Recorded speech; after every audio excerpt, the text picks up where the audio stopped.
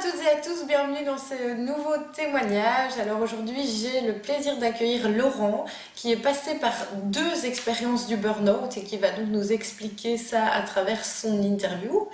Donc Laurent, merci beaucoup d'avoir accepté cette interview à mes côtés aujourd'hui. Bonsoir. Bonsoir, merci. Donc écoute, pour commencer, je t'encouragerais à te présenter, donc un petit peu ton parcours, d'où tu viens, où tu habites, etc.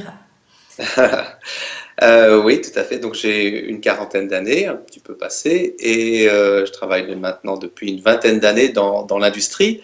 Euh, Plutôt des études d'ingénieur, et ce qui m'a permis de travailler en France au tout début, mais je me cherchais un petit peu avant de me positionner en Belgique. Donc je suis arrivé en Belgique et ça a été assez formidable, l'accueil. Et au bout de quelques années, j'ai eu envie de faire le tour du monde. C'était pas comme exprimé comme ça au début, mais ça m'a permis d'aller travailler en Chine, puis aux États-Unis, avant de revenir maintenant en Belgique.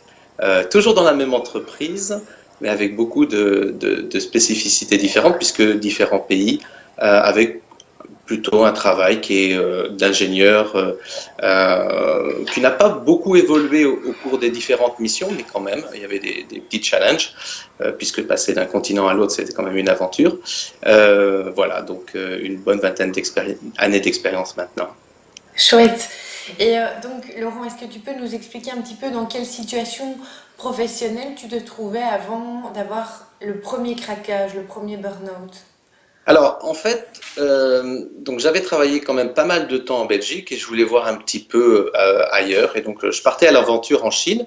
Alors, aventure avec l'entreprise, hein, donc c'est quand même cadré, accompagné. Et ça, je dirais que ça s'est très très bien passé les 2 premières années par rapport à un scope d'activité qui était bien déterminé, bien cadré, avec beaucoup de challenges, mais j'étais sur ma zone de confiance en termes d'activité technique.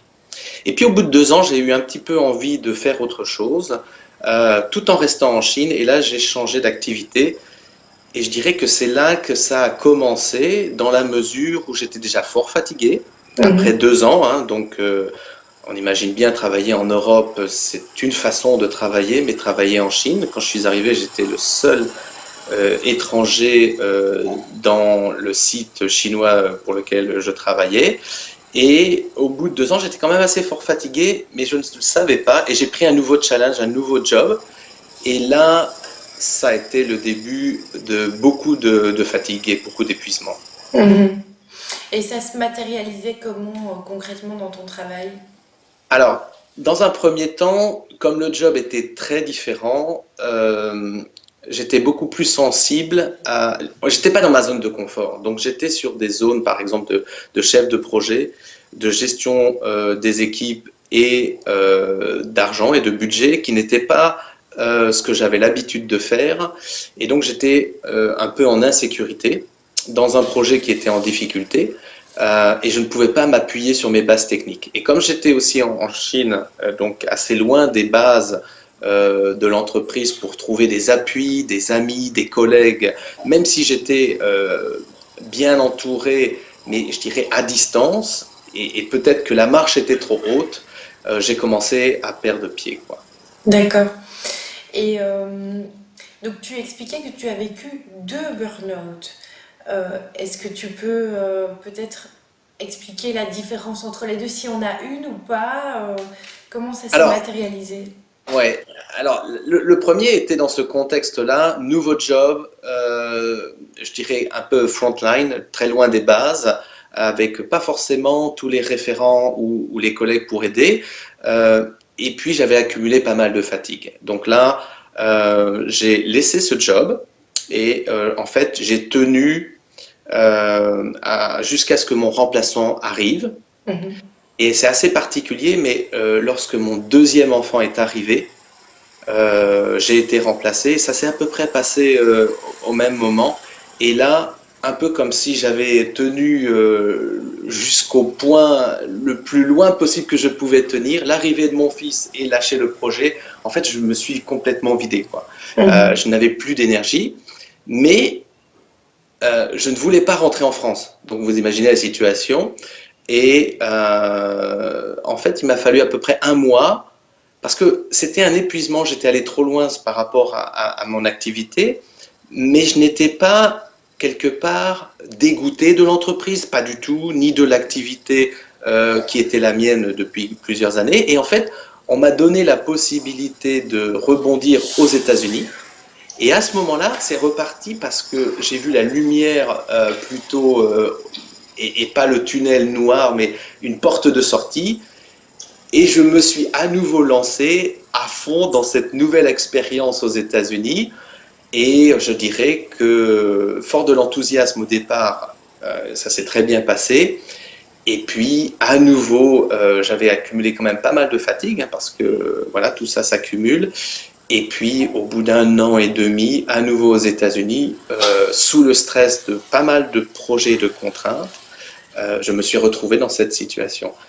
Euh, Plutôt par rapport à la première fois où je prenais un nouveau job, ici j'étais sur ma zone de confort, mais il y avait vraiment trop. Et j'étais allé aussi trop loin.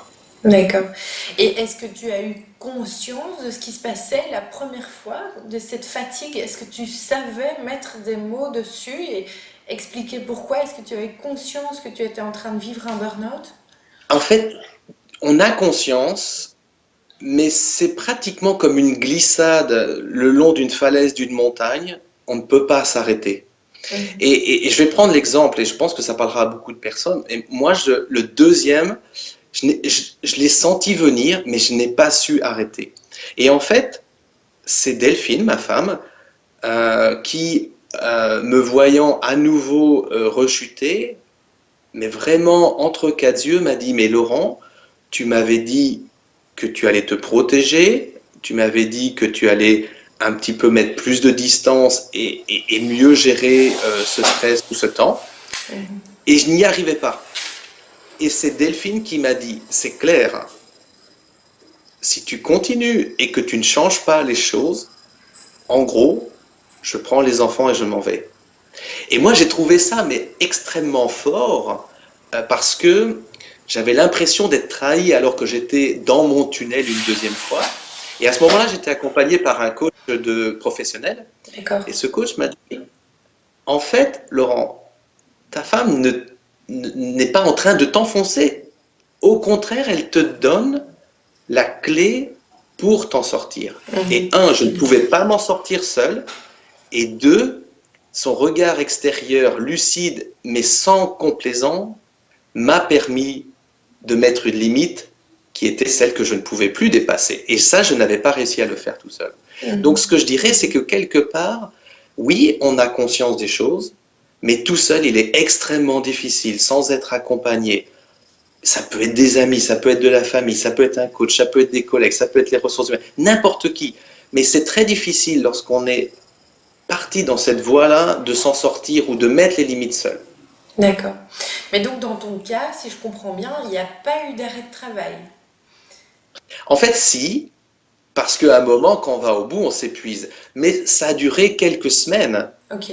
Et donc, ça n'était pas un long arrêt, mais je dirais pratiquement quand on est en France et qu'on prend 4 semaines de vacances, en gros, j'avais pris mes 4 semaines, c'est à peu près le temps qu'il me faut pour être bien fatigué et repartir, mais c'est un burn-out particulier, c'est-à-dire que je n'avais pas de rancœur vis-à-vis de moi, c'est juste la distance par rapport à l'énergie que je peux donner et ce qu'on peut me demander où je dois m'ajuster. Mais je n'étais pas, je ne vais pas, je ne suis pas allé dans une faille, je dirais, qui est une cicatrice béante. Donc, D'accord. les temps d'arrêt sont de 4 semaines, pour moi en tout cas, euh, mais ça n'est pas au-delà de ça. La deuxième fois, par contre, j'ai voulu repartir dans la même entreprise et donc en fait je suis revenu exactement dans le même site alors que la première fois j'avais eu l'impression et peut-être même l'obligation de fuir la Chine pour pouvoir se relancer et les Mhm. États-Unis étaient très bien. Alors que la deuxième fois je me suis relancé avec les mêmes collègues sans fuir, en faisant face et en remettant, je dirais, euh, des règles vis-à-vis de moi, mais aussi vis-à-vis de l'entreprise. C'est-à-dire que j'ai aussi commencé à apprendre à dire non et à respecter beaucoup plus qui je suis et jusqu'où je pouvais aller, quoi. Ça, c'est très très important ce que tu dis. Et justement, est-ce qu'il y a eu accompagnement? Donc tu parles du fait que tu avais un coach. Est-ce que dans chacun des cas, est-ce qu'il y a eu une forme d'accompagnement, de suivi médical ou autre?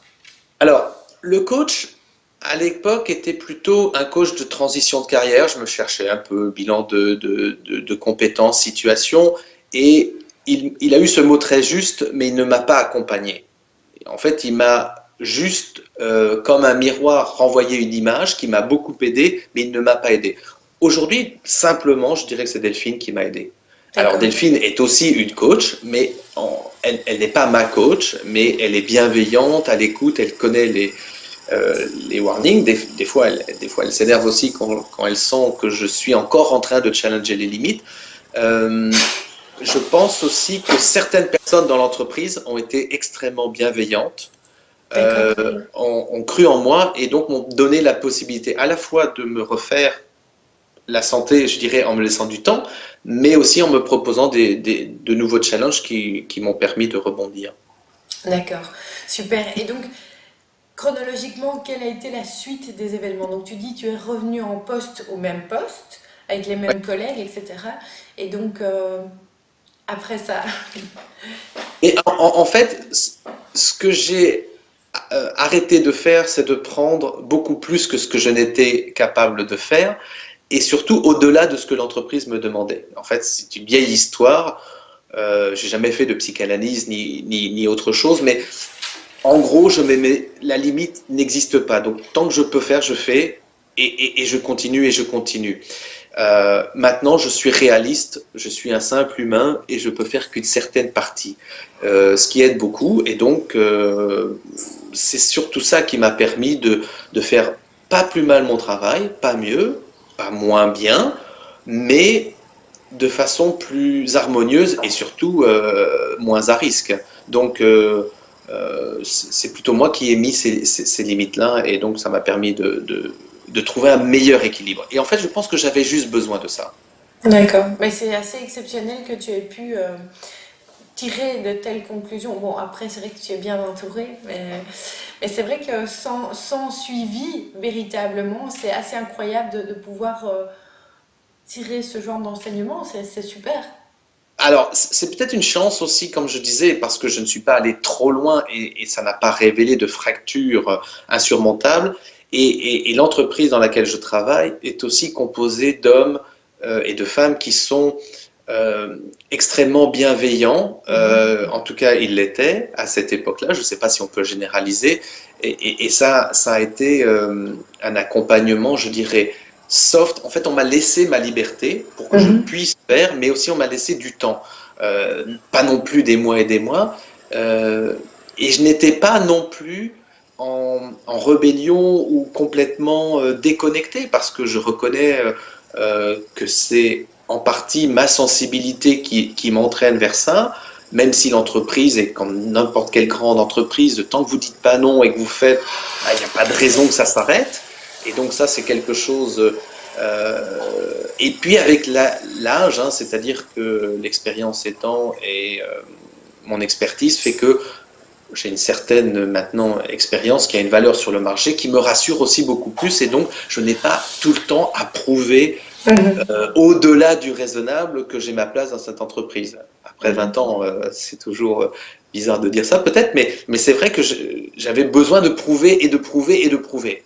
Euh, oui, c'est important de travailler pour une entreprise, mais bon, au bout d'un certain moment, c'est bien aussi d'être un peu plus relax par rapport à cette démonstration d'être capable de, et comme disait Delphine, ok, tu as montré que tu étais capable de faire en Chine, tu as montré que tu étais capable de faire aux États-Unis, mais ça va, quoi, relax. Mhm. Et quand tu dis l'entreprise m'a laissé du temps, tu parles des fameuses 4 semaines que tu prenais à chaque fois ou tu parles d'autre chose? Alors, ça n'est pas seulement une question, effectivement, tu as raison, les 4 semaines, mais aussi, par exemple, en termes de projet. Lorsque je suis passé de la Chine aux États-Unis, je ne voulais pas rentrer en Europe et Mhm. je ne voulais pas rentrer en France. Je n'étais pas prêt pour rentrer. Alors, les opportunités ou l'opportunité a fait qu'il a été possible d'aller aux États-Unis.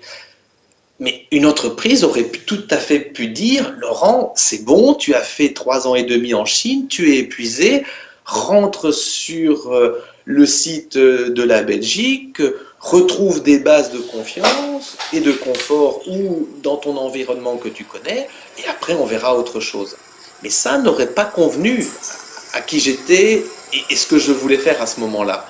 Et donc, il faut quand même voir qu'une entreprise qui est capable d'accompagner, de me laisser 4 semaines, mais c'était pratiquement les vacances que j'avais accumulées, mais me proposer un autre job aux États-Unis en me faisant confiance pour repartir, waouh, Ouais. voilà, c'est quand même une solution, une situation qui est peut-être exceptionnelle, et je me dois aussi quelque part d'être à la hauteur de cette confiance. Et les deux vont ensemble, et c'était vraiment win-win parce que je pense qu'aux États-Unis, j'ai fait un travail qui était fort utile pour remettre. Et même après le deuxième, on m'a laissé le temps de revenir. Là, je voulais vraiment rester dans le site. Puis, je suis même passé en contrat local. Et donc, il n'y a jamais eu ce côté marqué au fer blanc parce que ça, c'était certainement une limite d'un commun accord, peut-être tacite entre l'employeur et moi, que je n'allais pas être, je dirais, un manager à prendre un certain nombre de responsabilités et que la voie d'expertise était peut-être la voie qui me convenait mieux.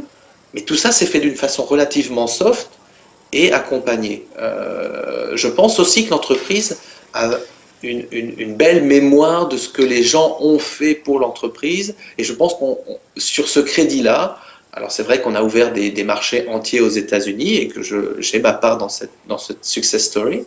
En tout cas, j'ai l'intime conviction et la, ne soyons pas trop des fausses modesties, j'ai participé et ça a joué en ma faveur, effectivement. Chouette. Mais écoute, merci d'être revenu sur ces deux expériences. Et aujourd'hui, Laurent, si tu avais quelqu'un en face de toi qui se sent aussi fatigué, qui commence à sentir qu'il a tiré sur la corde, qu'est-ce que tu lui dirais? Je redirai ce que j'ai dit. Il est très difficile d'être jugé parti, d'être la personne victime de ce burn-out et la personne capable de s'en sortir. Pourquoi? Parce que c'est nous-mêmes qui, par multiples raisons, arrivons dans cette situation. Donc, quelque part, si on y est arrivé, c'est bien parce que c'est notre situation personnelle par rapport à un contexte. Et donc, comment voulez-vous vous en sortir sans apport extérieur? Ça a été Delphine pour moi, ça peut être des amis, ça peut être des collègues, ça peut être un coach, ça peut être un confident, n'importe qui. Mais à un moment, il faut accepter d'être entouré, d'échanger, de participer et d'écouter. Et je dois dire que même ça, vous allez le challenger. Et on va essayer de se prouver qu'on est capable de faire, puisque voilà, et parce qu'on est aussi construit comme ça et éduqué comme ça. Vraiment mettre des points. Par exemple, moi, il y a des choses où je commence à sentir, et notamment vis-à-vis des enfants, quand je commence à plus jouer avec les enfants, quand je commence à plus faire des choses avec eux, et que je suis en train d'activer la petite checklist. Je dois faire ça, je dois faire ça, je dois faire ça. Et commencer à moins bien dormir et à me réveiller à 5 heures du matin avec la petite checklist. Voilà, les warnings, je les connais.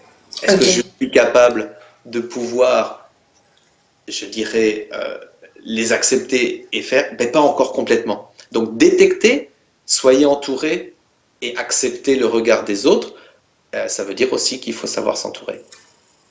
Bien. Écoute, merci pour ces précieux conseils. Je te remercie beaucoup, Laurent, d'avoir eu le courage de revenir sur ces deux expériences. J'espère vraiment que tes conseils pourront aider pas mal de personnes. Et écoute, je te souhaite une belle continuation. Alors, toujours dans la même entreprise depuis 20 ans, c'est assez incroyable. Donc, Oui, oui, tout à bravo. fait. C'est gentil, mais ça n'est pas non plus exceptionnel. Et puis, je voulais aussi témoigner que, voilà, moi, je suis tout à fait détendu par rapport à ça. Je peux en parler. On peut s'en sortir. Voilà, il faut être aussi humble et c'est possible. Mais, comme je disais, soyez entourés et être à l'écoute. Mais moi, je pense qu'il y a une sortie possible avec le sourire. Chouette. Merci pour ce mot positif de la fin, c'est magnifique. Merci Laurent. Mais écoute, encore une belle carrière devant toi. En tout cas, c'est tout ce que je te souhaite. Merci, bonne soirée à tous. Au revoir. Au revoir.